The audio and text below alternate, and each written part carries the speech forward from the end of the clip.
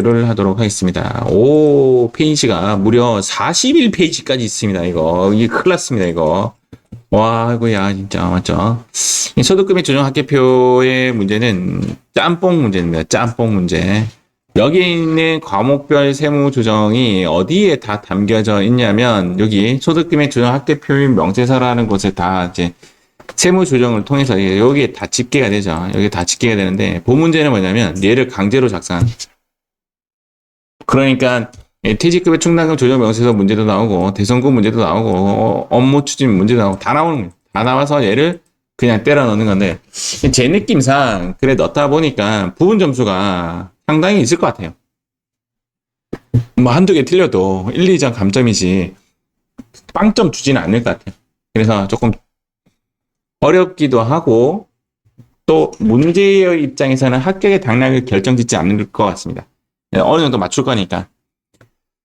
소득금액 조정에 대한 기본 논리입니다. 기본적인 세무 조정은 그냥 느낌대로 하시면 됩니다. 거의 맞습니다. 느낌대로 하면 거의 맞고 다만 복잡한 세무 조정에 대해서는 다음에 공식을 따르도록 합니다. 자산과 부채는 유보, 자본은 기타, 수익과 비용에 대해서는 세무 조정을 하지 않는다. 이게 공식입니다.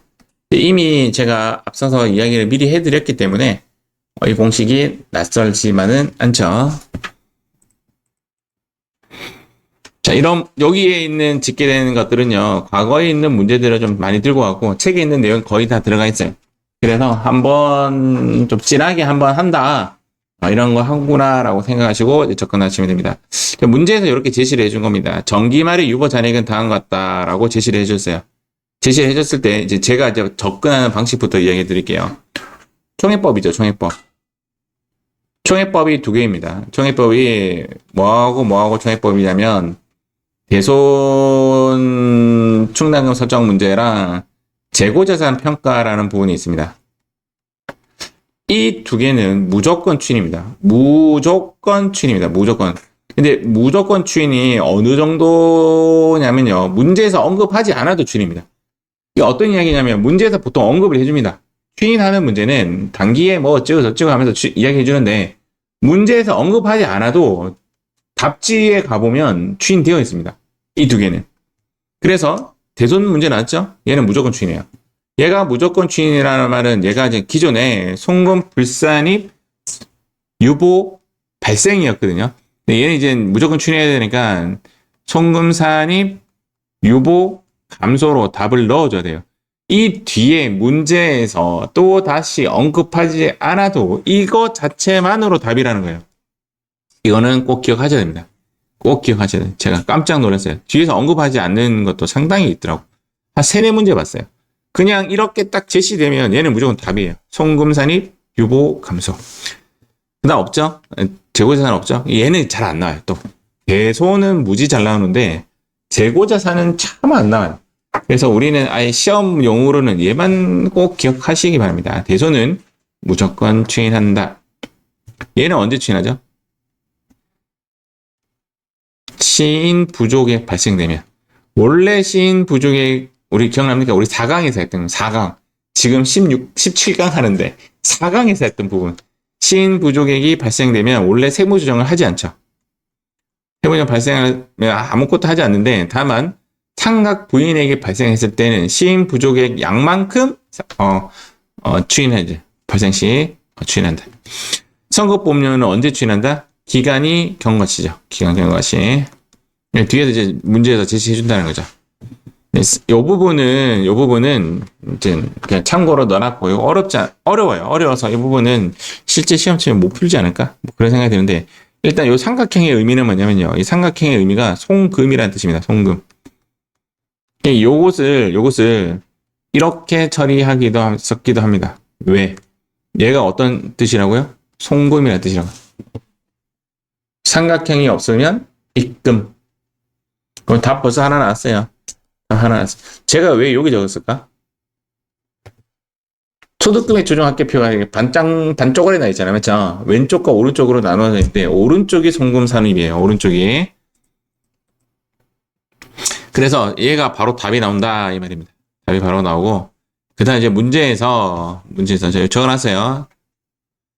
이렇게 이제 문제가 제시됐죠. 위에 성급보험료는 단기 중에 해당 기간이 모두 경과하였다. 그러면 여기에 송금산입에서 유보감소 이렇게 적어주시면 됩니다. 왜? 얘는 기간이 경과하면 추인해주기 때문에 답은 이렇게 되어 있는 거죠. 단기의 감가상각의 한도 초과액은 513만 원이다. 당연히 송금불산입이 돼야 되죠. 당연히 송금불산입이 돼야 되고 유보 발생되죠. 그러면 얘는 어떻게 해요? 추인 안 되죠. 얘는 시인 부족액이 발생되어야 추인이 되는 거예요. 그때 이쪽에서 추인되는 거예요. 근데 얘는 지금 뭐예요? 또 한도 초과액 발생됐죠. 감가상각은 한도 초과액이라는 용어보다는 상각 부인액이라는 용어를 씁니다. 아시겠죠? 똑같은 뜻인데 문제에서는 이제 상각 부인액이라는 용어를 좀 많이 써요. 그래서 이 글자 외우셔야 돼요. 부인됐잖아요. 왜? 한도가 초과되었으니까. 시인 부족에 왜 부족하냐? 한도 미달이니까. 그렇게 보시면 됩니다. 그래서 답을 이렇게 처리를 합니다. 정기말 유보 잔액에 추인된 것이 아니라 추가되었죠.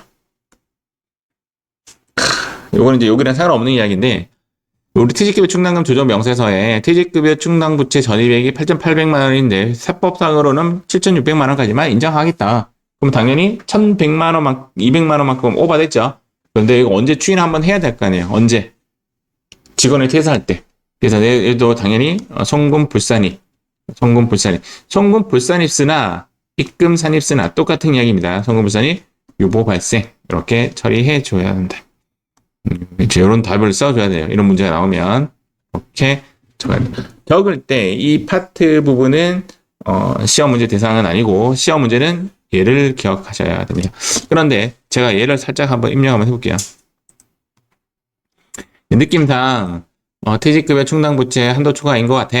근데 뭐 유보인지 아닌지 잘 모르겠어. 선택한 상태에서 돼 하고 엔터를 딱 치니까 sorry 다시 할게요. 자, 돼 하고 엔터 딱 치니까 이렇게 불러와지죠. 그래서 퇴직급여 충당금 한도 초과는 송금불산입하고 유보 초과 이렇게 안내가 되어 있어요. 그래서 우리를 더욱더 쉽게 해줘요. 이 안내가 틀린 게 한 두세 개 정도 돼요. 두세 개 정도. 틀린 이유는 저도 잘 모르겠는데 법이 바뀌었는데 프로그램에서는 고치지 않았다. 뭐 그렇게 저는 추측하고 있습니다. 네 번째. 요거는 완전 단골. 완전 단골.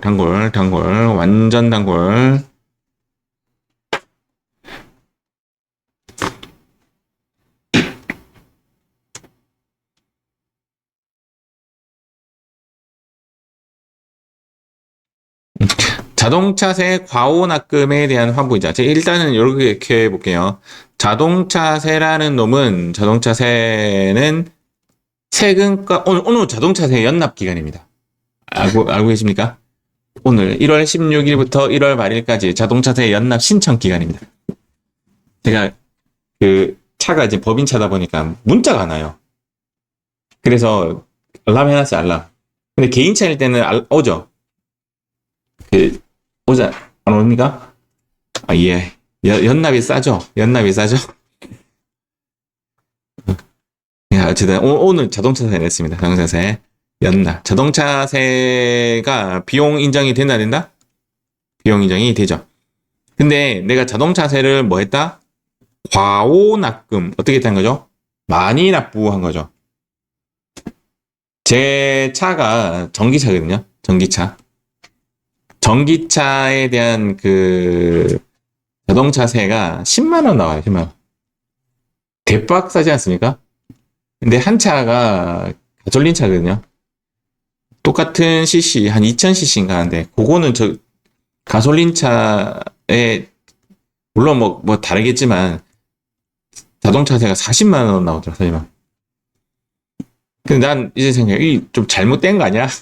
과오납금 아니야? 이래. 과오납금. 나중에 어떻게 되죠? 환급 그렇지, 맞아. 만약에 많이 자기들이 어떻게 해서 과오납금이면 환급 받죠. 환급 받았다고 칠게요. 환부라 할게요. 환부. 여기 글자대로. 환부. 그러면 이때는 뭘로 처리해야 돼요? 수익으로 처리해야 되죠. 여기까지는 공감하시죠?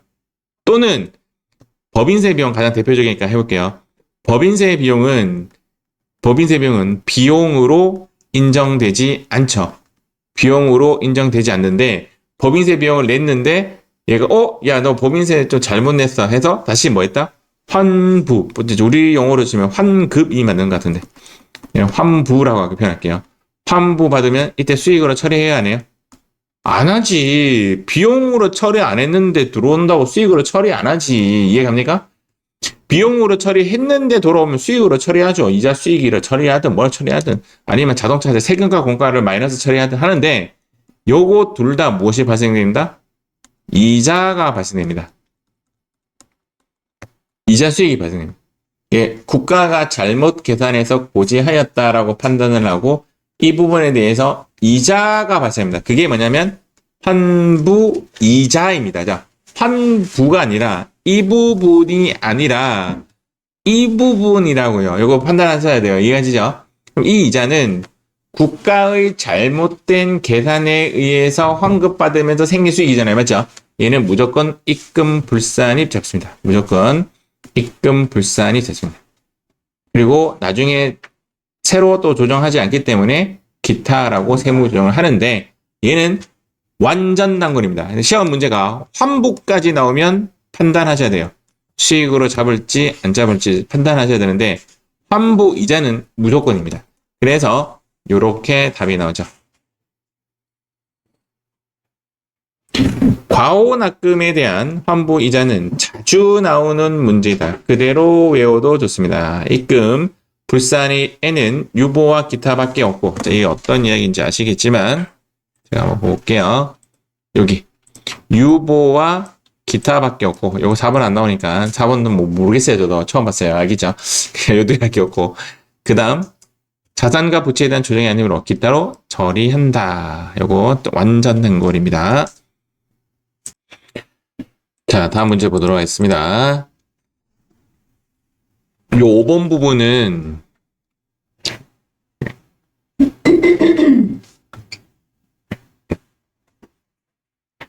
시험 문제 나오면 좀 어려울 것 같고 그냥 그러려니 하고 그냥 한번 듣고 마세요. 위에 성금산입 유보에 성금산입이란 뜻이에요. 이렇게 성금산입 유보를 처리한 450만 원은 정기 사업연도에 취득한 토지의 정기분 재산세는 원래 뭘로 처리해야 돼요?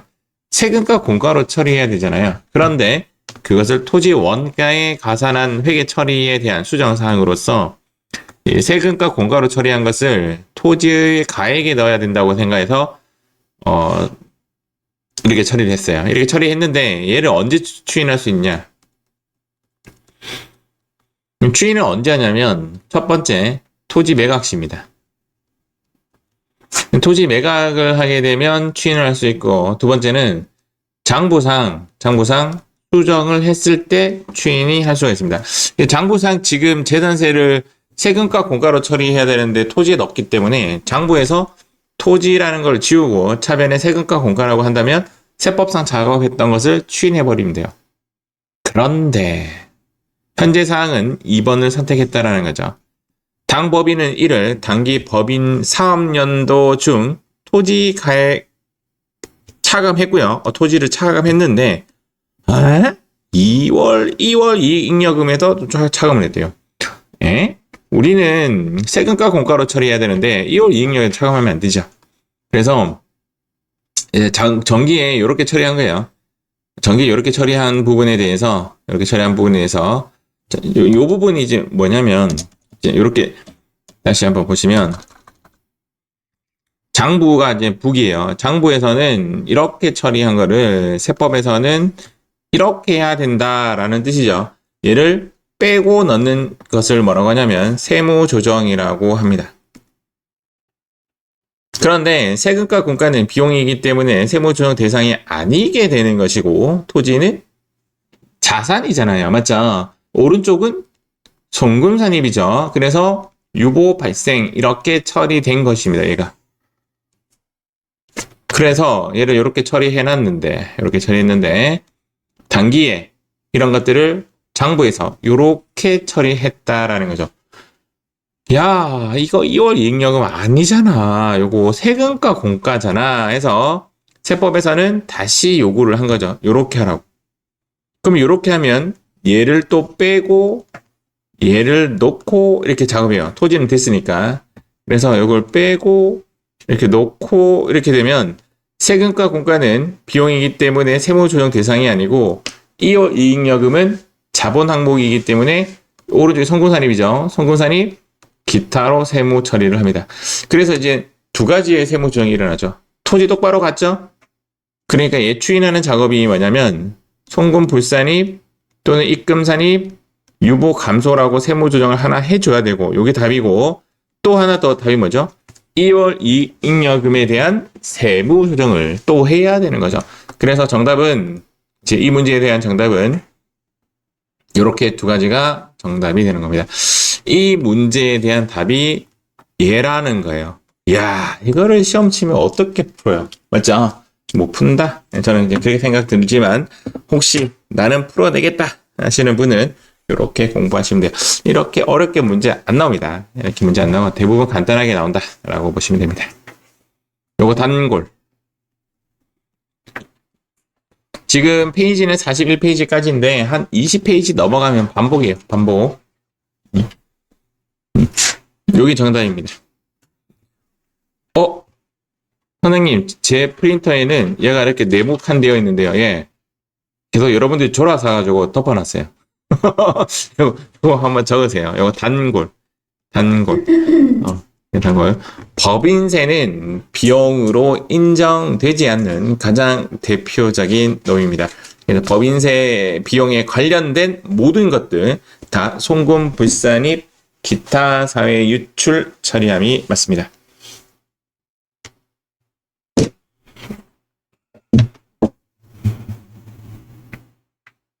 법인세 비용은 아주 자주 나오는 문제입니다. 외워도 좋습니다. 요거는 이렇게 대충 적으시고 얘는 정확하게 적으세요. 얘는 정확하게 적어야 돼요. 그리고 여러분들 아직도 왼쪽은 입금이고 오른쪽은 송금이라는 것이 아직 익숙하지 않을 거고 아마 시험 치는 그날까지도 익숙하지 않을 거예요. 그래서 여러분들 생각할 때 수익과 비용이 반대로 되어 있어요. 원래 여기가 비용이잖아요. 법인세에서는 여기가 이제 수익이고 우리가 원래 수익은 여기 오른쪽이잖아요. 근데 법인세에서는 여기는 마이너스로 인식한다. 3월 5일 날 구입한 시장성 있는 매도 가능 증권은요. 매도 가능 증권은 3천만 원짜리를 4,500만 원으로 이렇게 평가증했다라는 거죠. 이거는 평가증은 인정되지 않죠. 그래서 얘는 세무조정이 이렇게 두 가지가 세무조정이 됩니다. 얘도 잘 나옵니다. 완전 단골은 아니지만 얘도 나오는 편. 그럼 왜 이렇게 되느냐? 이렇게 되어 있죠. 매도 가능 증권, 대변의 매도 가능 증권 평가액 이렇게 붕괴를 했단 말이에요. 했지만 세법상으로는 인정되지 않기 때문에 전부 다 역붕괴를 해서 소멸시켜야 되죠. 역붕괴를 해서 소멸시키면 오른쪽에 있는 자본이 왼쪽으로 오면서 기타라고 세무 조정이 되고 오른쪽에 있는 자산은 유보 발생으로 세무 조정을 하게 되는 거죠. 근데 이제 저는 이렇게 역붕괴를 통해서 문제 안 풀어요. 저는 조금 더 간단하게 봅니다. 어떻게 푸냐? 매도 가능 증권 평가이익은 이익이 아니잖아요. 입금 불산이 바로 잡아버립니다. 유보.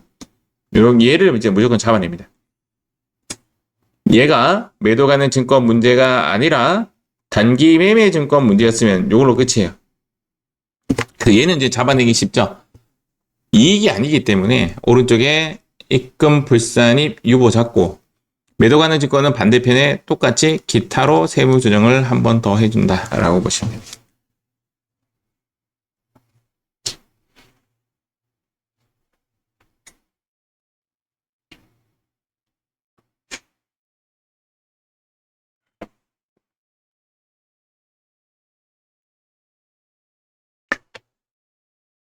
다음 문제 보도록 하겠습니다. 이것도 안 나오진 않습니다. 자기주식 처분 이익은 좀 특이합니다. 특별합니다. 특별해. 이게 어떤 이야기냐면 자기주식 반대말이 뭐죠? 타인 주식이잖아요. 맞죠? 자기가 아닌 타인 주식. 우리는 타인 주식을 뭐로 분류하죠? 단기 매매 증권이나 매도 가능 증권이나 만기 보유 증권으로 분류하죠. 타인이 만든 주식을. 그럼 내가 만든 주식은 자기 주식이라는 걸 써놓고 얘네들은 사고 팔면서 이익이 생기면 그 이익을 이익 처리하고 그것을 배당까지 해주면서 회사가 먹죠. 그리고 법인세도 내죠. 그런데 자기 주식이라는 놈은 내가 삼성전자가 삼성전자 주식을 사는 거예요. 그리고 그것을 비싸게 팔았어요. 그러면 처분 이익이 발생되죠. 법인세 입장에서는 자기 주식 처분 이익도 이익이죠. 법인세 입장에서는. 그런데 우리는 자기 주식 처분 이익을 뭐로 분류하죠? 자본잉여금으로 분류를 한단 말이에요. 그래놓고 얘가 배당 대상이 아니게 만들어버리죠. 타인 단기매매증권 처분이익이나 매도 가능 증권 처분이익이나 만기보유증권 처분이익은 다 이익으로 잡으면서 자기 주식 처분이익만 이익으로 잡지 않는 거죠. 그러니까 법인세에서 그러는 거죠. 야, 이거 이익 맞아. 너 이거 배당해준다는 명목하에 이익으로 분류 안 했지만 우리 세법 입장에서는 이익이야. 이렇게 보는 거죠. 그래서 대변에 있던 자기 주식 처분이익 자본을 세법상으로 변신시켜줍니다. 자기 주식 처분이익 수익으로 변신시킵니다. 그러면 얘를 변신시키려면 어떻게 해요? 얘를 빼고 얘를 넣어야 되죠. 이렇게 조정을 합니다. 그런데 우리는 자기 주식 처분이익 수익 부분에 대해서는 세무조정 대상이 아니므로 이 부분에 대해서만 세무조정을 하는 거죠. 결론적으로 입금산입 기타로 세무 처리를 합니다. 여러분들 필기할 때 이렇게만 적으셔도 돼요. 필기할 때는 입금산입 기타.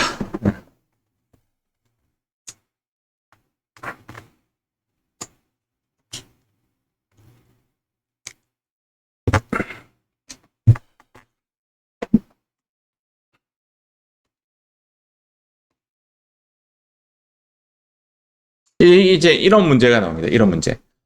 여기가 이제 흔히 말하는 부비 트랩 문제입니다. 당기 손익계산서상 세금과 공과금으로 처리한 금액에는 토지의 취득세. 자, 토지의 취득세는 뭐로 처리해야 돼요? 토지로 처리해야 되는데 뭘로 처리했다? 세금과 공과로 처리했죠. 그러면 얘는 비용 처리가 안 됩니다. 송금 불산입 잡아야 되죠. 송금 불산입 잡고 550만 원에 대해서 뭐 처리한다? 토지는 자산이니까 유보 발생 이렇게 처리하겠죠. 그 다음 이제 중요해요. 이제 잘 들어보세요.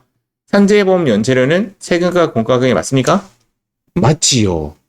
그래서 얘는 세무조정 대상이 아니게 되는 거죠. 답이 이걸로 끝이에요. 답이 이제 이걸로 끝이에요. 이게 끝인데 괜히 문제에서 이렇게 하나 더 꺼내 놓습니다. 더 하나 꺼내 놓으면 얘는 세무조정 대상이 아닌 놈도 끄집어냅니다. 이런 것에 속으시면 아니 되옵니다.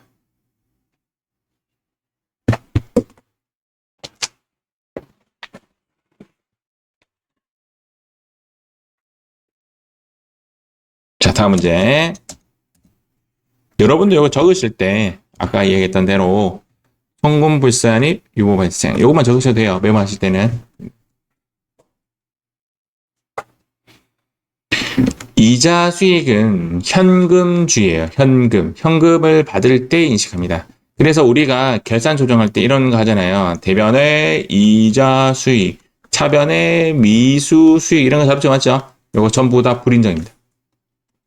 근데 거꾸로 차변의 이자 비용, 대변의 미지급 비용 이렇게 또 분개하죠. 결산할 때 얘는 인정입니다. 이게 어떤 이야기냐면 수익에 대해서는 현금주의로 따르고 비용에 대해서는 발생주의로 따른다 이 말입니다. 그러면 이자 수익은 현금으로 받은 8만 원만 인정이죠. 얘만 인정인 거죠. 8만 원어치만 인정이 되고 만기 보유 증권 부분은 인정이 되지 않아요. 인정이 안 되면 어떻게 해야 돼요? 역분개해서 얘를 취소시키는 분개를 해야 된단 말이에요. 얘는 수익이니까 취소시켜봤자 얘는 세무조정 대상이 아니게 되는 거고 만기 보유 증권은 자산이죠. 그래서 여기에 송금 산입 시켜주고 유보 발생 이렇게 처리해 주시면 됩니다. 정답은 얘가 정답이 되죠.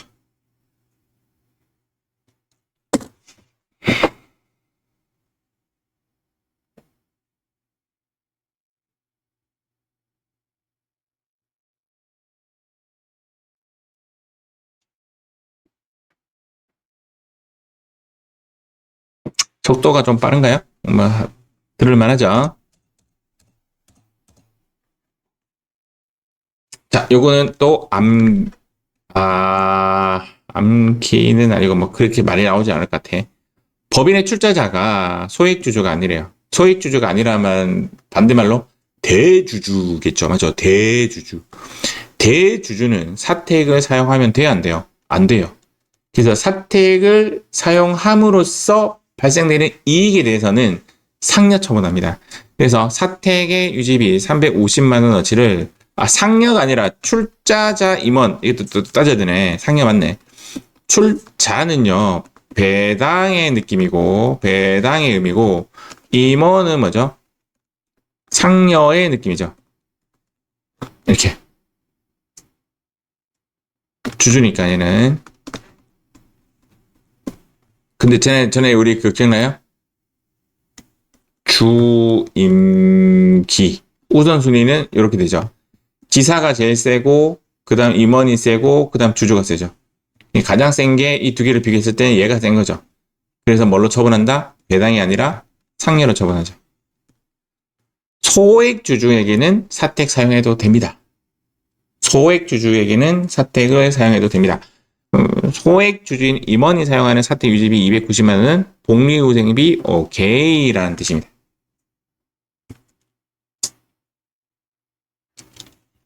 그래서 정답은 얘가 정답이 됩니다.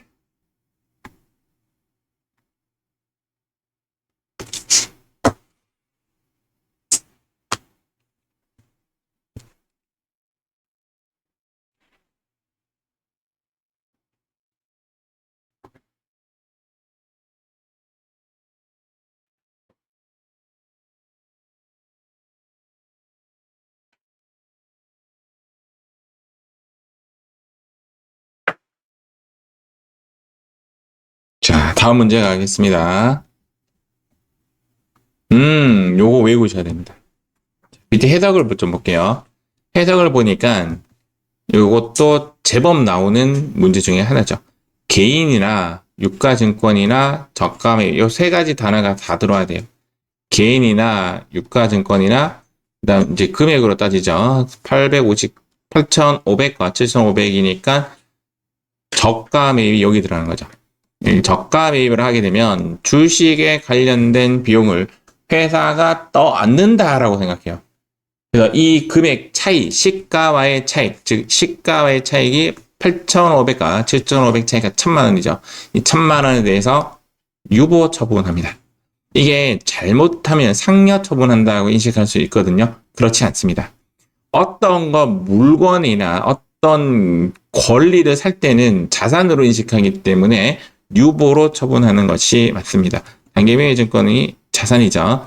그래서 개인이라는 단어 찾고 유가증권, 유가증권 또는 단기매매증권 또는 매도가능 증권 저가 매입은 숫자로 찾아가지고 이렇게 저가 매입이 됐다는 거 판명이 되면 무조건 그 시가와의 차익만큼 유보 발생시킵니다. 이 PPT에도 한 3문제 나와요. 똑같은 문제가.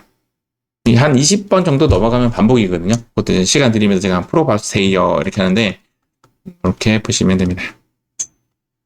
요 반복이죠. 자동차세는 비용이 맞습니다. 자동차세는 비용이 맞기 때문에 돌아오면 수익으로 잡는 것이 맞지만 여기에 대한 환부 이자는 무조건 수익으로 보지 않죠. 그래서 자동차세의 과오납금에 대한 환급금 40만 원은 예예요. 과오납금에 대한 환급금은 수익으로 보는 게 맞고요. 환부 이자는 수익으로 보는 것이 아니지요. 그래서 모두 이자 수익으로 회계 처리했다라는 이 부분은 오케이지만 26,000원은 무조건 입금불산입, 즉 송금산입 오른쪽에 들어가는 거죠. 기타라고 처리해 줘야 한다. 이게 반복인 거죠.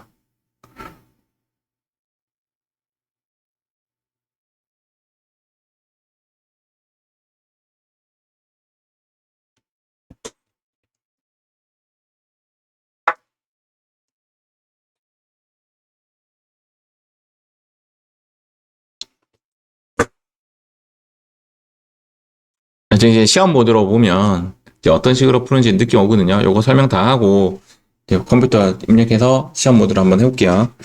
반복적인 것이 좀 꽤 있기 때문에 보이는 거 좀 터득해도 될 것 같습니다. 여기 또 나왔네. 개인 나왔죠. 개인 주식 유가증권 2천만 원에 1,500만으로 저가 매입 딱 났죠. 이 세 가지가 합쳐지면 이 부분에 대해서는 입금 산입시키고 단기 매매 증권을 뭐만큼? 시가와의 차이 얼마죠? 500만 원어치를 뭘로 처리한다? 단기 매매 증권이 자산이기 때문에 유보로 처분한다. 이렇게 되는 거죠. 이게 답이죠. 이렇게 답을 쓰시면 되겠습니다.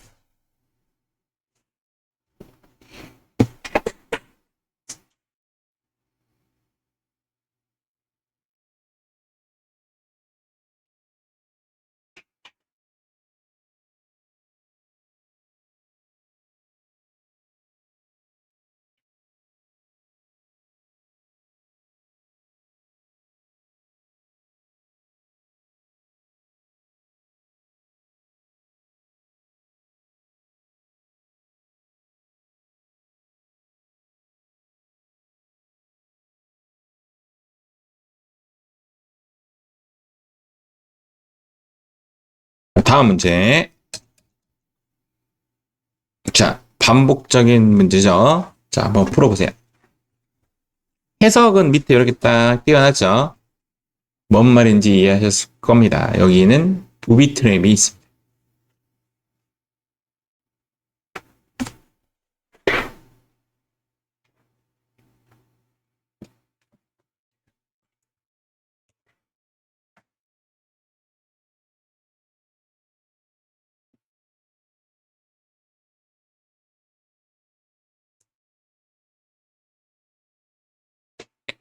토지의 취득세는 세금과 공과가 아니죠. 그래서 송금 불산입 유보 처리해야 되고 산재보험료는 맞죠. 얘는 산재보험료 연체료, 그 건강보험 연체료면 안 되는 거죠. 맞죠? 건강보험 연체료 외에는 다 비용이 인정이 됩니다.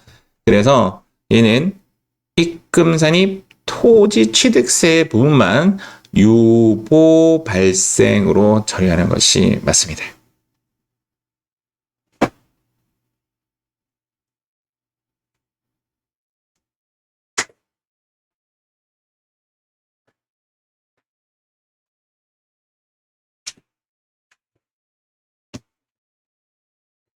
자, 다음 문제. 자, 이것도 반복적인 문제죠. 풀어봅니다. 30초 후에 풀이할게요. 해석은 밑에 있죠. 답이 나와 있네.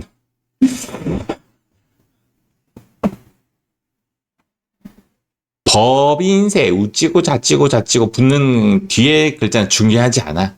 법인세 XXXX는 그냥 송금 불산입 시킵니다. 경비 인정이 안 된다라는 거죠. 가장 대표적인 거. 법인세, 법인 지방소득세, 법인 뭐죠? 농어촌 특별소비세, 법인세, 다 인정이 안 된다라고 보시면 됩니다. 정답은 이렇게 쓰시면 됩니다. 시험 칠 때 전기 오류 수정 손실이라는 글자는 정답과는 상관이 없습니다.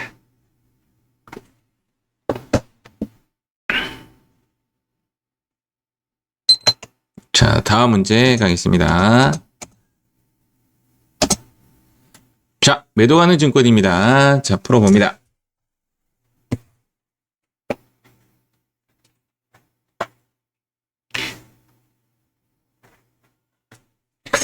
제가 푸는 방식도 한번 보여드릴게요. 저는 문제 이거 나왔을 때 이렇게 전공법을 안 풀어요. 매도 가능 증권은 그냥 풀어봅니다. 그냥.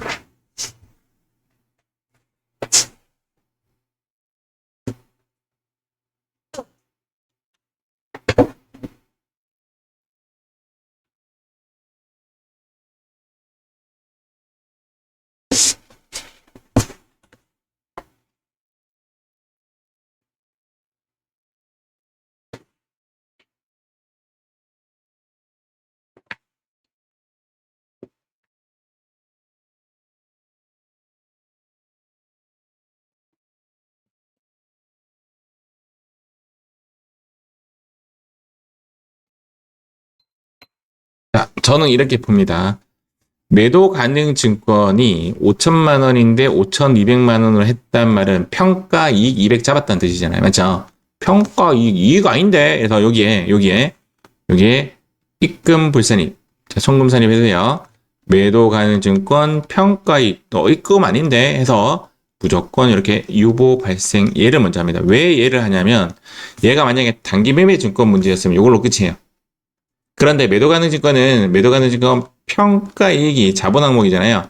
그래서 그 부분만큼을 다시 송금 산입시켜서 매도 가능 증권 평가 이익. 요거는 몇 평이를 쓰고 뭐 매도 가능 증권 쓰고 뭐 해도 상관없습니다.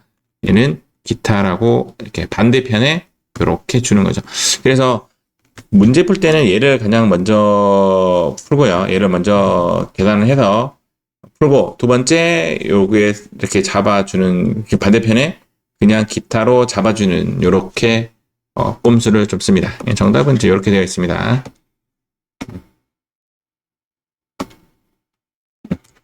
여기 글자는 크게 중요하지 않다.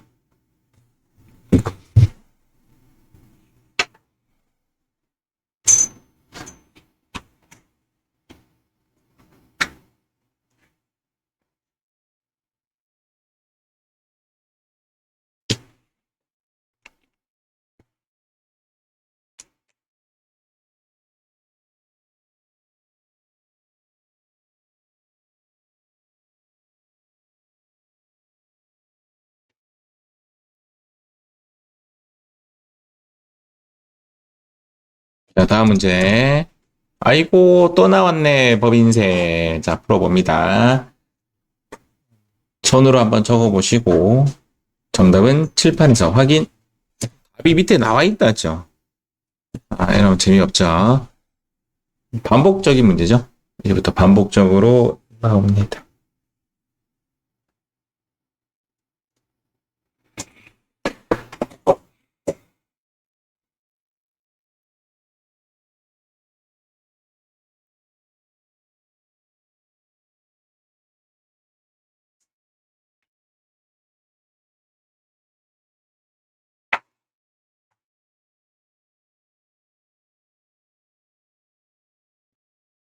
자, 다음 문제. 이게 아까 환급 이자랑 똑같은 이야기예요. 국세 환급인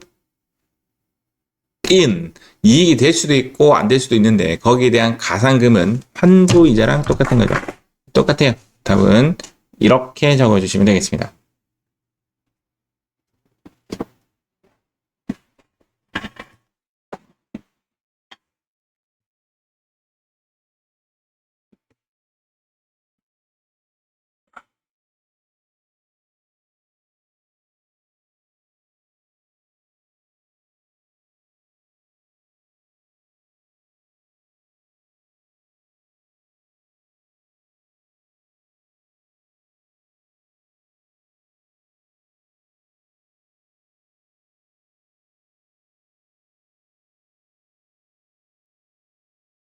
다음 문제.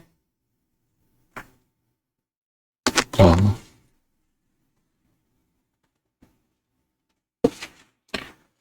아까 이제 토지의 재산세와 취득세랑 건물의 재산세는 좀 다른 이야기야. 뭐 건물이든 토지는 상관없네. 이 문제는 상관없네. 취득세랑 상관없네. 건물의 재산세는 세금과 공과가 맞죠? 맞죠? 얘는 이제 부비죠. 트랩이죠. 얘는 오케이고, 얘는 오케이고, 얘가 문제죠.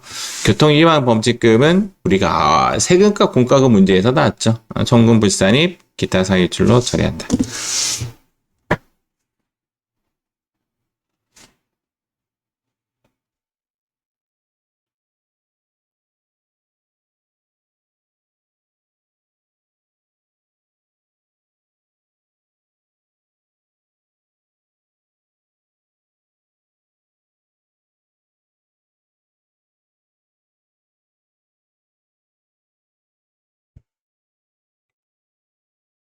자, 다음 문제.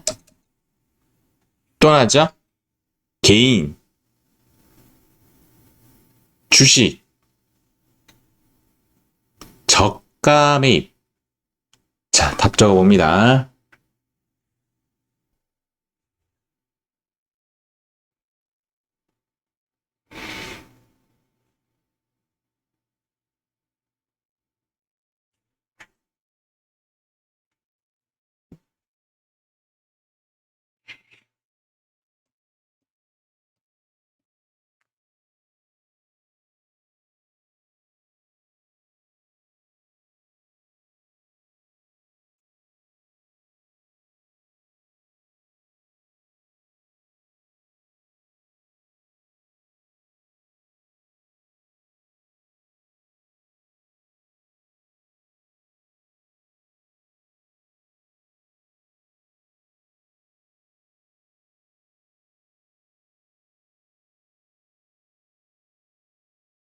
자, 다음 문제.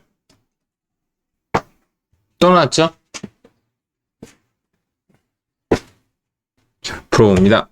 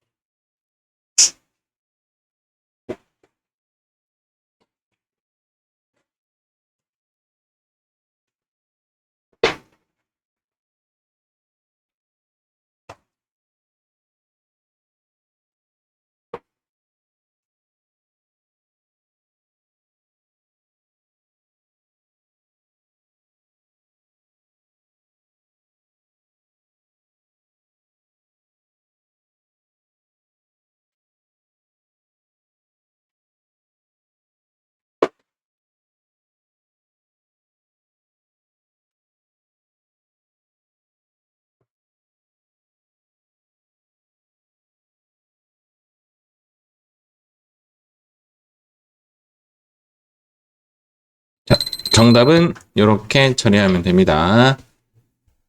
재산세의 환급금 80만 원은 이자 수익으로 처리해도 됩니다.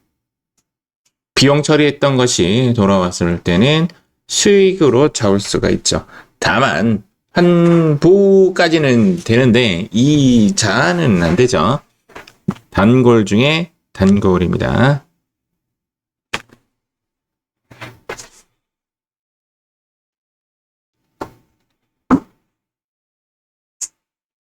예, 살 내 거로 만드세요. 내 거로 이렇게.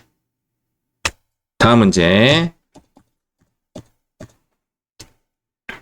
자, 이것도 법인세 관련된 문제죠. 풀어봅니다.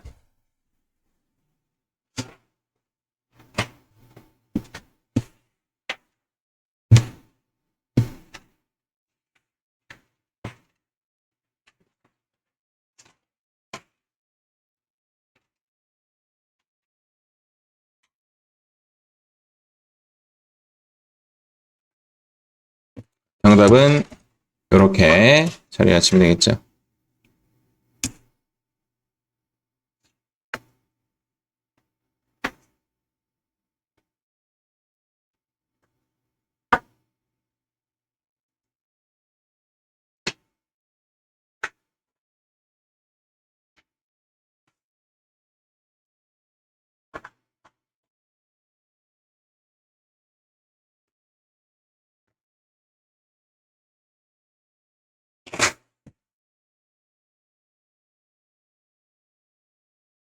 자, 다음 문제. 이것도 마찬가지.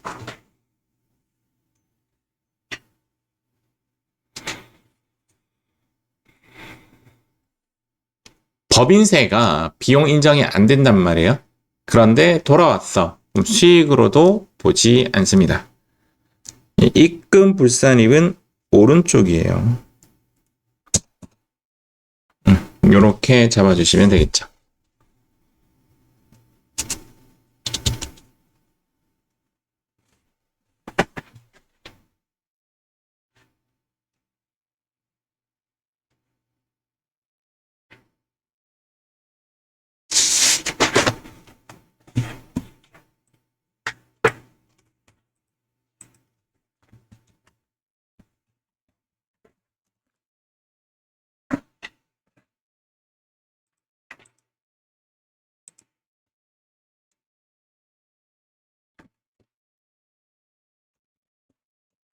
자, 다음 문제.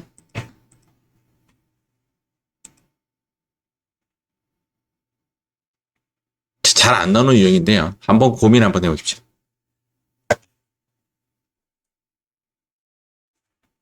되게 간단하게 답이 나옵니다. 되게 간단하게 답이 나옵니다.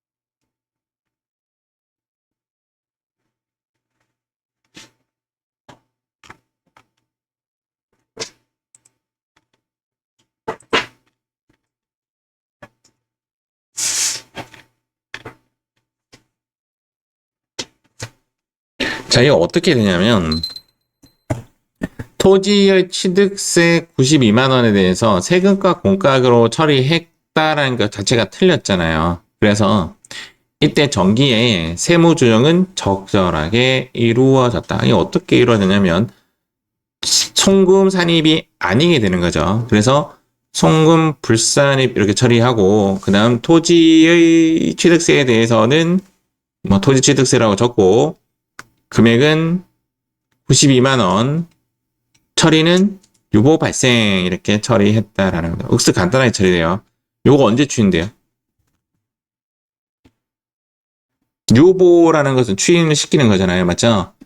아까 제가 이야기했던 대로 첫 번째 매각 시, 두 번째 장부에서 똑바로 적었을 때, 맞죠? 장부에서 수정했을 때. 그런데 지금은 어떤 상이죠? 1번 상이죠. 매각이 이루어진 거죠. 그러면 밑에 있는 내용 필요 없습니다. 그냥 얘를 뭐 하면 된다? 추인하시면 됩니다. 그래서 얘를 송금산입, 유보, 감소시키면 정답이 들어갑니다. 이런 부분 있잖아요. 아무리 논리적으로 따져도 답은 요거로 귀속이 됩니다. 똑같이 떨어집니다. 그래서 정답은 얘가 정답이 됩니다. 그냥 추인입니다. 그냥 추인. 잘 나오는 케이스의 문제는 아닌데, 추인에 대한 가장 좋은 문제죠. 제가 봤을 때는.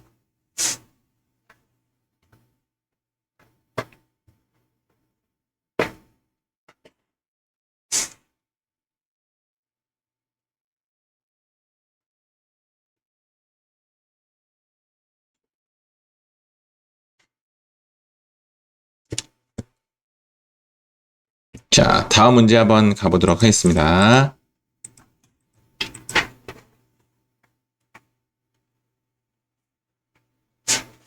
요거는 아까 했던 이야기죠. 이자 수익은 돈 받을 때 인식하는데 결산 시 인식했죠?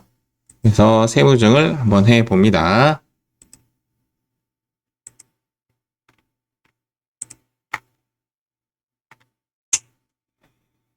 이거 장부에 어떻게 적었냐면 이렇게 적었을 거란 말이에요. 이자 수익 차변에는 미수 수익. 근데 미수 수익이 수익이 아니죠. 얘는 자산이죠. 맞죠? 그래서 얘를 인정 안 하기 때문에 역분기시켜서 내보낸단 말이에요. 이쪽에 자산이기 때문에 뭐로 처리한다? 유보 발생 처리하면 되죠. 정답은 이렇게 처리가 됩니다. 수익 부분에 대해서는 안 하는 것이 맞죠?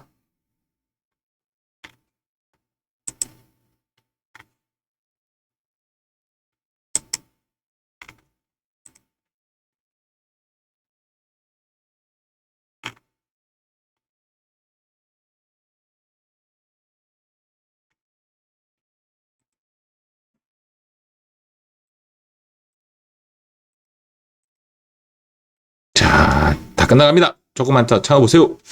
단기 매매 증권 평가이익입니다. 아까 매도 가능 증권보다 훨씬 쉽죠. 아까 매도 가능 증권은 두 가지를 생각해야 되는데, first, second를 생각해야 되는데, 얘는 first만 생각하시면 됩니다. 자, 풀어봅니다.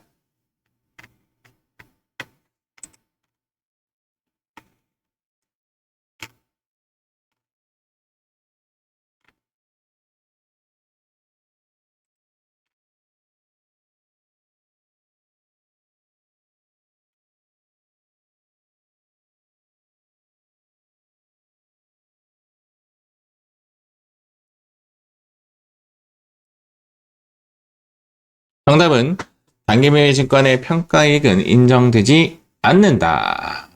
유보 발생으로 처리하시면 되겠습니다.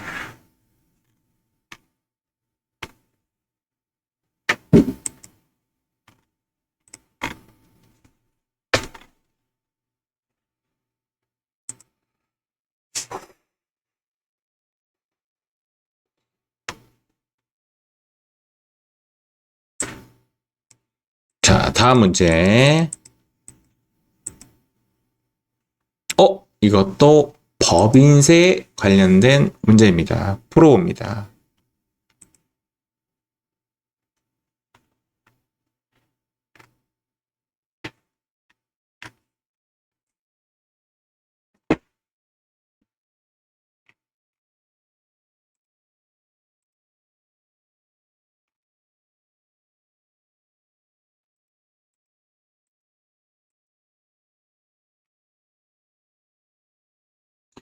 그 오른쪽에 송금 산입은 유보 아니면 기타예요. 유보 아니면 기타. 즉 자산 부채 부분이면 유보, 나머지는 전부 다 기타로 처분한다라고 생각하시면 되겠습니다.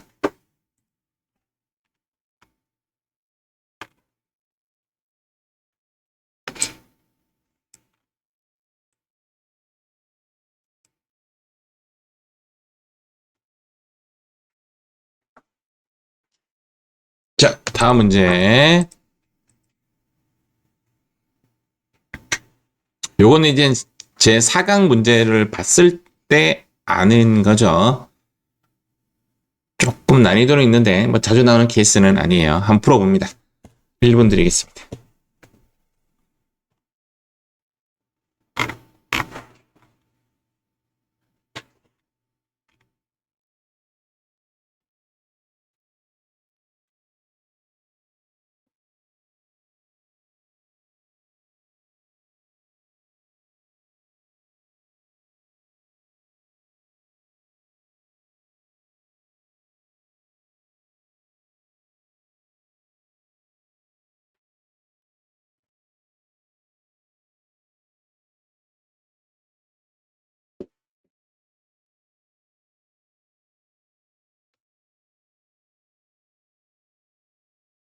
자, 정답은 감가상각비가 1,500이고 상각 범위액은 2,000이면 미달액이 발생된 거죠. 미달액을 우리는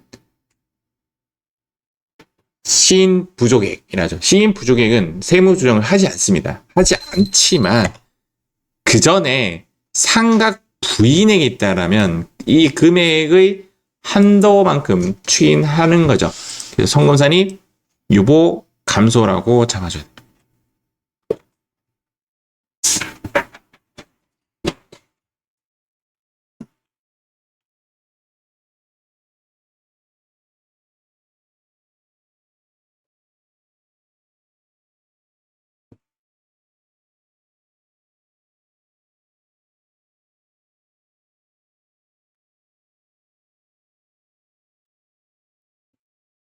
자, 다음.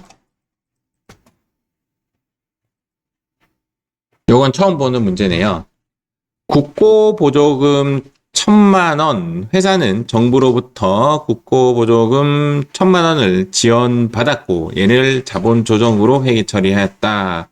일단 세법상으로는 국고보조금 받는 것도 수익으로 처리합니다. 그래서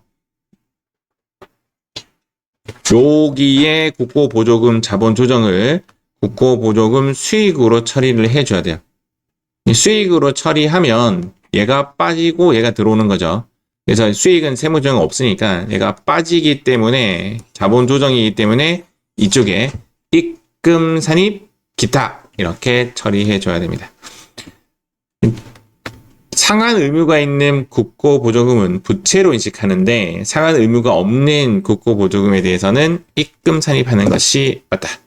이렇게 보시면 됩니다.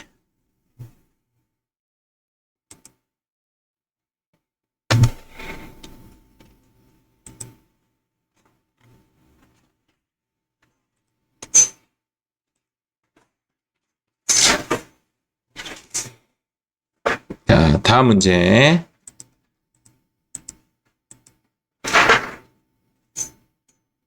이것도 처음 보는 문제네요. 장기 차입금을 이제 출자 전환, 출자의 의미는 주식을 발행해 주는 거죠. 주식을 발행해서 줬어요. 그런데 주식은 1,000만 원짜리인데 부채는 1,300만 원짜리잖아요. 1,000만 원짜리를 발행해 주면서 회사는 300만 원에 대한 이익을 봤다라고 보는 거죠.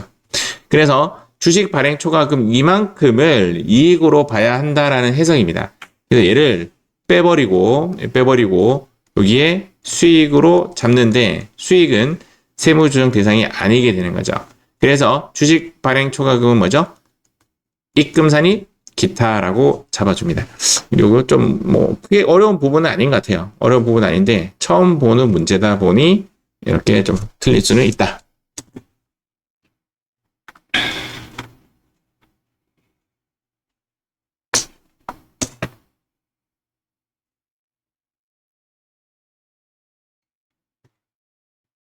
거의 마지막 문제 같은데?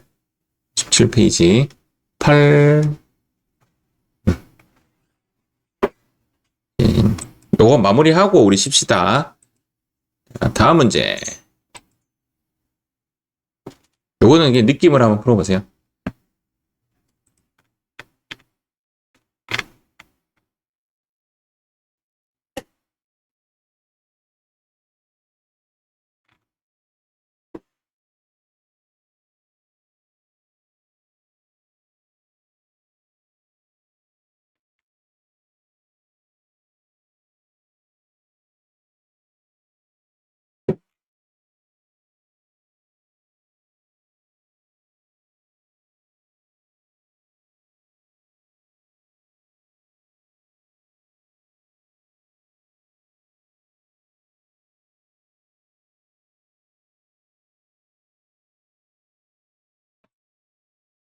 회사의 비용으로 개인 차량을 수선했으니까 전부 다 이만큼을 당연히 상여 처분하는 게 맞죠. 송금불산입 상여 이렇게 처리하면 됩니다.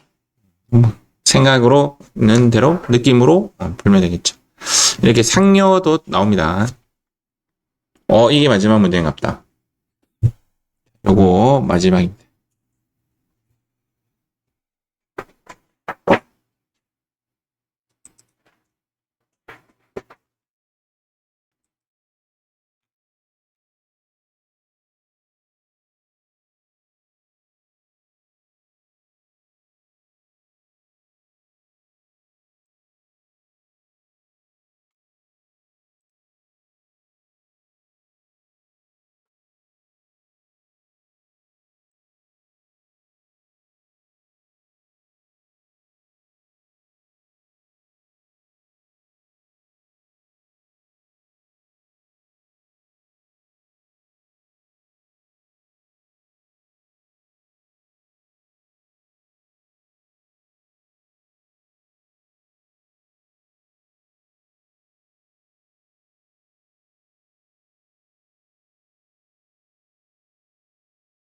토지에 대한 취득세는 송금 불인정이죠. 송금 불산입 유보. 근데 얘를 뭐 했다? 나중에 매각한다. 그때는 오른쪽으로 넘어와서 유보 감소 처리하면 되겠죠. 또는 장부상 제대로 잡았다. 그러면 그렇게 하면 됩니다. 이제 관련된 문제가 이제 뒤에 여기 쫙 있죠. 이렇게 다음 시간에 쉬는 시간 가졌다가 다는 할 필요 없고 한 두세 문제만 한번 풀어보도록 하겠습니다. 색깔에 다 까맣습니다. 좀 쉬었다 가도록 할게요. 자, 여기 375페이지 한번 해봅시다. 375페이지 세팅하시고 헤더 코드도 여기 보이듯이 5402 이렇게 들어가겠습니다.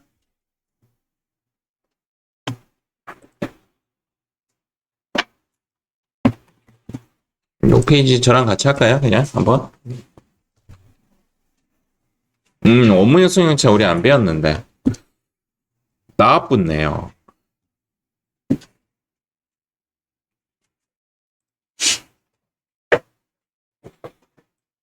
자, 프로그램에서 소득금액 조정 합계표 및 명세서를 클릭합니다. 여기입니다.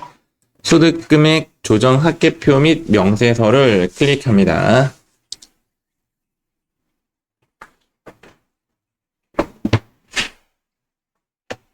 얘를 클릭하면 화면이 이렇게 나오는데 나머지 되어 있는 거 지우는 거 아니에요. 그대로 놔두셔야 돼요. 바로바로 입력 한번 해 보겠습니다. 일단은 업무용 승용차가 조금 제가 설명 조금 할게요. 하고 이제 문제를 보면 조금 이해가 갈 겁니다. 일단 업무용 승용차는 우리 뒤에서 배울 거예요. 매우 안 하셔도 돼요. 두 가지로 세무 조정합니다. 자가가 있고요. 자가 반대인 나머지가 보통 렌트나 리스, 임차 뭐 이런 것들이 나오겠죠.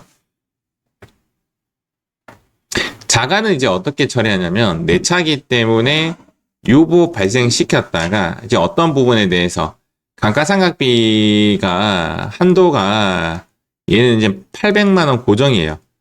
800만 원 넘을 수가 없어요. 최대 800만 원. 최대 800만 원. 그래서 감가상각비 부분에 대해서 이제 유보 발생이 일어나는 거죠. 송금 불산입 잡고 그다음 추인할 때는 어떻게 추인하냐면 유보 감소로 추인을 합니다. 이거 어렵지 않죠? 내 차가 자산이잖아요. 자산이기 때문에 유보 발생시켰다가 유보 감소시킵니다. 그런데 렌트나 리스 차량은 내 차가 아니잖아요. 내 차가 아닌데 자산이 아닌데 유보 발생이라고 할 수 없잖아요. 그래서 어쩔 수 없이 기타 사유 유출로 처리합니다. 근데 기타 사유 유출로 처리해도 나중에 추인이라는 너무 비스무리하게 뭔가 처리해 줘야 돼요. 그래서 어쩔 수 없이 기타로 추인해 줍니다. 예, 송금 불산입이기 때문에 이제 송금 불산입은 왼쪽에서 처리하죠. 그러다가 추인할 때는 오른쪽으로 가서 이렇게 추인을 하는데 현재 문제를 보시면 현재 문제는 렌트라고 나오죠. 이렇게 세무조정하죠. 여기 세무조정하는데 여기 임차료라고 이제 계정 항목을 잡아놓고 업무용 승용차 얘가 포인트인 거예요. 렌트는 감가상각비가 1260만 원이고 한도는 800이란 말이에요. 한도 초과된 놈 460만 원만큼을 송금 불산입 잡아줘야 돼요. 근데 여기에 잡아서 여기에 아마 업무라고 치면 나올걸요? 이게 저 엔터 딱 치면 이렇게 힌트 안 나오네. 직접 입력 다시 누르고 업무라고 치고 엔터 딱 치면 이렇게 나와요. 업무용 승용차를 조금 더 강하게 하기 위해서 업무용까지 쳐볼게요.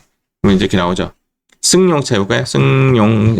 한도 초과가 두 가지가 있는데 여기 한도 초과가 여기도 한도 초과고 여기도 한도 초과인데 이렇게 힌트가 나와요. 자가와 렌트 등 나오죠. 딱 봐도 얘 클릭이지. 얘 클릭하고 자가는 유보 처분함이라고 되어 있고 자가는 유보 처분함 되어 있고 여기는 기타 사유 유출 처리한다라고 되어 있습니다. 나중에 추인할 때는 유보 감소와 기타로 처리합니다. 얘를 선택해 주시고 확인 누르시고 금액은 요거 차이 1260만 원하고 800만 원의 차이 얼마죠? 460만 원이 정답이 됩니다. 끝났어요. 이렇게 4개, 5개인데 6점인 이유는 뭐 하나가 이중 세무조정인 것이. 그게 얘죠. 맞죠? 매도 가능 증권 평가 손실은 손실이 아니잖아요. 그러면 송금 불산입에 유보 처분하겠습니다. 여기에 매도라고 치면 또 떠요. 매도 가능 증권 평가 손실 부분에 대해서 여기 딱 뜨죠. 첫 번째 거 300에 대해서 유보 발생시키고 넘어갑니다. 반대편으로 딱 넘어가서 바로 기타 처분할 건데 얘도 매도라고 치면 뜹니다. 매도 가능 증권 평가 손실 기타 처분함 이렇게 딱 나오죠. 너무나도 친절하게 되어 있습니다. 그러면 여기에서 이제 이중 세무 조정이 일어났으니까 여기까지 이제 세 문제가 들어간 거죠. 법인세 비용은 여기죠. 얘도 뜹니다. 법인세라고 치고 엔터 치면 뜹니다. 얘나 똑같은 문제예요. 똑같은 답이에요. 그래서 법인세 비용 마음에 드는 거 선택해 주시고 720만 원 기타 사회 유출로 처리합니다. 법인세는 비용 인정되지 않는 대표적인 놈이죠. 우리는 이 학습을 했습니다. 가산세는 송금 불산입이죠. 여기에 가산이라고 치고 엔터 치면 뭐 이렇게 없나? 제일 위에 거죠. 벌과금 등 가산금이 들어가 있으니까 72,000원 요거 발생 이렇게 처리하면 됩니다. 공부는 되게 진하게 했는데 뭐 할만하다 맞죠? 다 가르쳐주고 있죠. 아, 선급 비용은 자산 처리한 거죠. 얘를 이제 비용 처리해야지 추인이죠. 비용 처리죠. 12월 1일 날 선불로 지급한 1년분을 사무실 임차료 총액이고 전액 선급 비용 계상했기 때문에 한 달치는 비용 처리해야 되잖아요. 맞죠? 그래서 여기에 이제 비용 처리합니다. 성금 산입하고 여기에 또 선급 비용, 과대 계상 뭐 이런 거 있습니다. 네, 과대 계상하면 이렇게 해서 한 달치는 내가 계산해 줘야죠. 10만 원 요거 발생 이렇게 처리하면 됩니다. 요런 거는 이제 상식적으로 내가 알아야 풀 수 있는 거죠. 이렇게 하면 이제 문제가 되고 6개 정도 나와서 부분 점수 하나당 1점이지 않을까 뭐 그렇게 생각이 듭니다. 자, 이번에는 이제 여러분들이 한번 풀어보겠습니다. 385페이지입니다.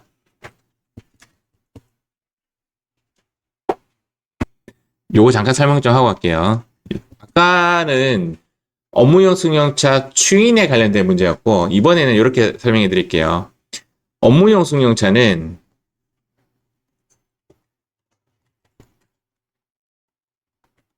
차의 감가상각은요 무조건 해야 됩니다. 무조건.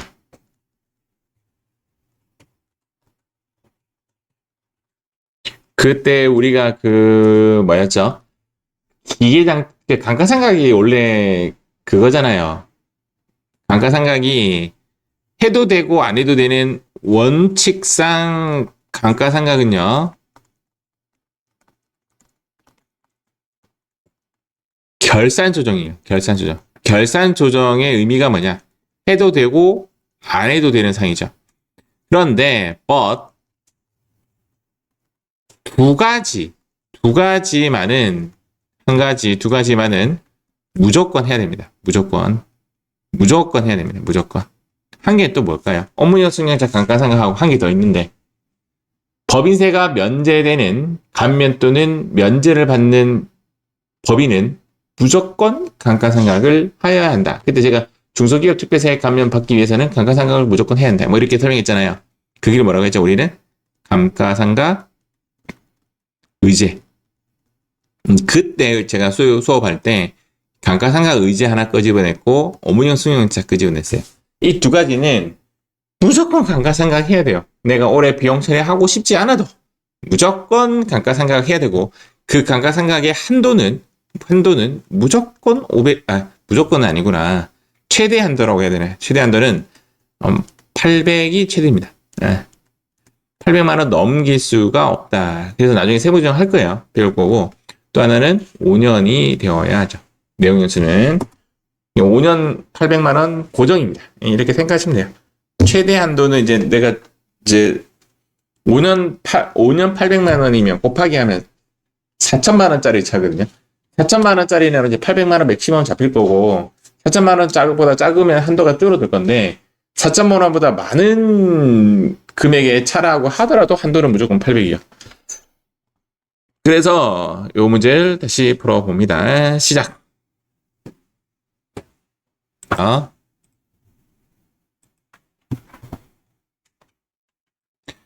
법인세 등은 여기죠. 맞죠? 왼쪽이. 근데 이게 이쪽이 많아요. 또 답이. 이쪽보다는 이쪽이 많아요. 통상적으로. 법인세 치고 법인세 등 해도 되고 밑에 거 해도 되고. 답은 똑같아요. 1350만 원. 자, 두 번째. 퇴직급여는 딱 봐도 한도액이 3,500이잖아요. 그런데 일단 이렇게 아셔야 돼요. 했긴 했지만 임원과 임원 외로 한번 분리해 볼게요. 여기서 말하는 임원은 인사권을 가진 사람을 임원이라고 보시면 돼요. 이 사람은 퇴직금이든 상여든 한도가 존재합니다. 한도가 있고 얘네들은 퇴직 상여의 한도가 없다라고 보면 돼요. 그럼 예를 들어서 직원의 퇴직급여 한도액이 1,000만 원인데 회사에서 5천만 원 줬어요. 오케이. 이렇게 보시면 돼요. 그래서 현재 문제에서는 뭐라고 되어 있죠? 임원이라고 찍어줘요. 임원의 퇴직금 한도액이 3,500인데 4천만 원 줬잖아요. 500만 원만큼을 뭘로 잡겠다? 상여로 잡겠다. 그래서 여기 이것도 임원이라고 치면 또 떠요. 임원이라고 하고 엔터 치면 임원 퇴직금 한도초가 딱 세 번째 뜬다, 맞죠? 이렇게 뜨고 500만 원어치를 넣어주시면 됩니다. 업무용 승용차는 감가상각비용이 700인데 500밖에 안 했죠. 무조건 해야 된다 했잖아요, 맞죠? 200만 원을 송금 산입 잡아줘야 됩니다. 뜨는지 모르겠다. 업무용 승용차 감가상각비 송금 산입. 두 가지가 송금 산입인데 내 차냐 이제 렌트냐라고 되어 있는데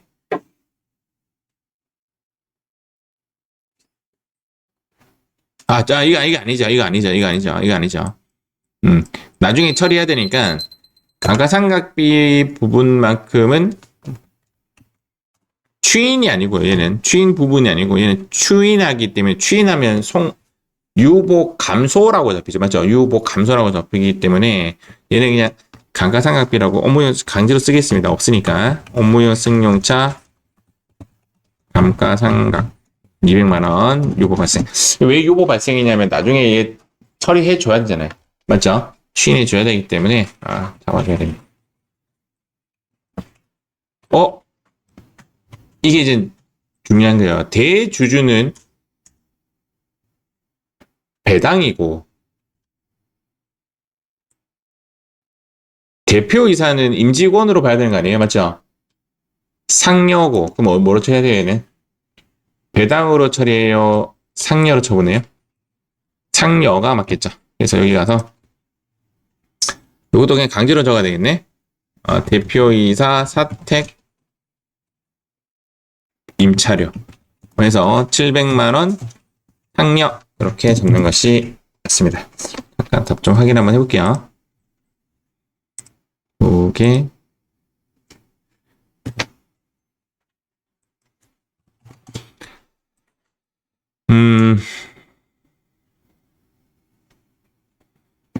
맞죠? 이렇게 처리하면 되겠습니다. 자, 이번에는 394페이지 한번 해보겠습니다.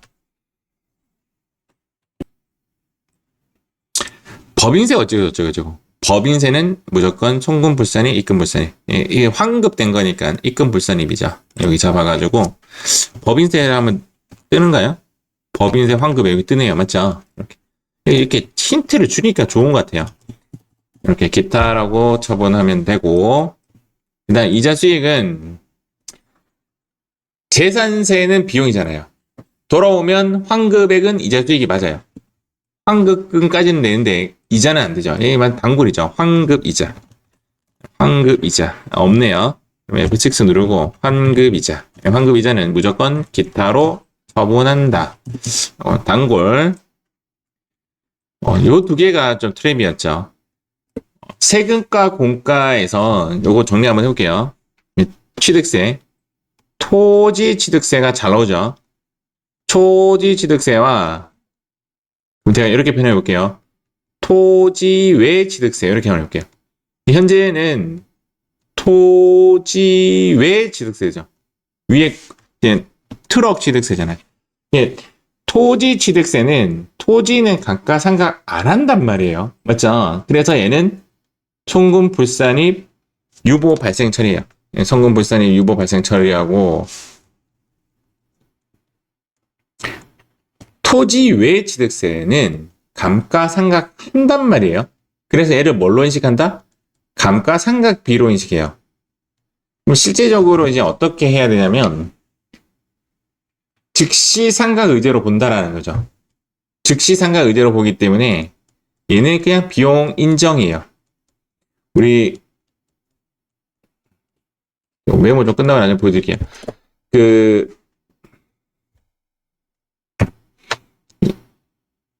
요 부분. 그래서 우리는 감가상각을 할 때 어떻게 했냐면 즉시의제상각 부분이라고 해서 요 부분 즉시상각 부분 여기에 그 저 숫자를 넣어요. 넣으면 그만큼 자산 등록했다. 취득세 자산이니까 자산 등록시켰다가 그만큼 감가상각 한 것으로 봐요. 우리 기억나죠? 그때 제가 이 4번은 뭐냐면 단기 중 취득 또는 요게 뭐냐면 자본적 지출이라고 했고요. 자본적 지출. 7번은 뭐냐면 자본적 지출인데 무엇으로 처리한 놈? 수익적 지출로 처리한 놈은 7번에 넣는다. 이렇게 했죠.